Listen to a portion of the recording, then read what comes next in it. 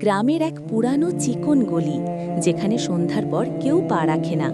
এই গলিতে একসময় এক কুমারী মেয়ে খুন হয়। তারপর থেকেই অদ্ভুত সব ঘটনা ঘটতে শুরু করে। সাব্বির শহর থেকে গ্রামে ঘুরতে আসা এক তরুণ।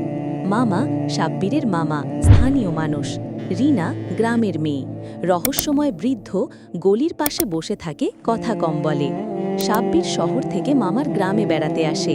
গ্রামে চারিদিকে শান্ত পরিবেশ, খোলা মাঠ, পাখির ডাক। কিন্তু সন্ধ্যা ঘনালেই পুরো গ্রাম একদম নিস্তব্ধ হয়ে যায়। একদিন সাব্বির জিজ্ঞাসা করে, মামা, সন্ধ্যার পর সবাই ঘরে ঢুকে পড়ে কেন? মামা মুখ গম্ভীর করে বলে, ওই চিকন গলি, ওখানে সন্ধ্যার পর কেউ যায় না, প্রেতিনী ঘুরে বেড়ায়। সাব্বির বিশ্বাস করে না, ভাবে গ্রামের লোকেরা অযথা ভয় পায়। রিনা সাব্বিরকে সাবধান করে, চিকন গলিতে এক মেয়ে মারা গেছিল, এখন রাত হলে সে ডাক দেয়, কেউ যদি সে ডাকে সাড়া দেয় আর ফিরে আসে না। কিন্তু কৌতূহলবশত এক রাতে সাব্বির মোমবাতি হাতে সেই গলিতে যায়। গলির শেষ মাথায় একটা গাছের নিচে একটা ছায়ামূর্তি দাঁড়িয়েছিল। হঠাৎ ফিস ফিস করে আওয়াজ আসে, তুমি ফিরে এসো না, তুমি আমার। সাব্বির দৌড়ে পালায়। পরদিন সাব্বির গলির পাশে বসে থাকা এক বৃদ্ধকে দেখে, যে সব কিছু দেখেছে বলে দাবি করে। বৃদ্ধ বলে, 20 বছর আগে এই গলিতে রুনা নামের একটা মেয়ে জোর করে বিয়েতে বাধ্য হয়েছিল। সে নিজেকে ওই গাছের ডালে ঝুলিয়ে দেয়। সেই থেকে প্রতিদিন সন্ধ্যায় কেউ না কেউ হারিয়ে যায়। তার আত্মা এখনও বিয়ের সাজে এই গলিতে ঘোরে।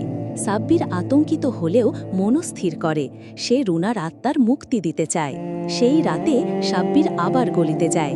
এবার সে সঙ্গে নেয় ফুল, ধূপ, পবিত্র পানি। গাছের নিচে দাঁড়ালে ছায়ামূর্তি আবার আসে।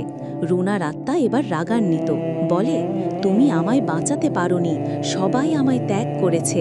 সাব্বির কাঁদতে কাঁদতে বলে, তোমার মৃত্যু কোনো শাস্ত্রী নয় রুনা, আমি তোমার মুক্তি চাই। সে ধূপ জ্বালে, প্রার্থনা করে। গাছের নিচে হঠাৎ বাতাস তীব্র হয়, চারদিক অন্ধকার। রুনার ছায়া ধীরে ধীরে বাতাসে মিশে যায়।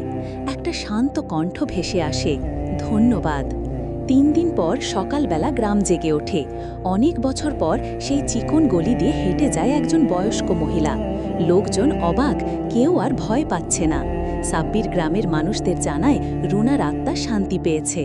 সাব্বির শহরে ফিরে যায়, কিন্তু মাঝে মাঝে রাতে স্বপ্নে সে দেখতে পায় একটা মেয়ের মুখ, মৃদু হাসি, আর ফিস ফিস করে বলা সেই শব্দ, ধন্যবাদ।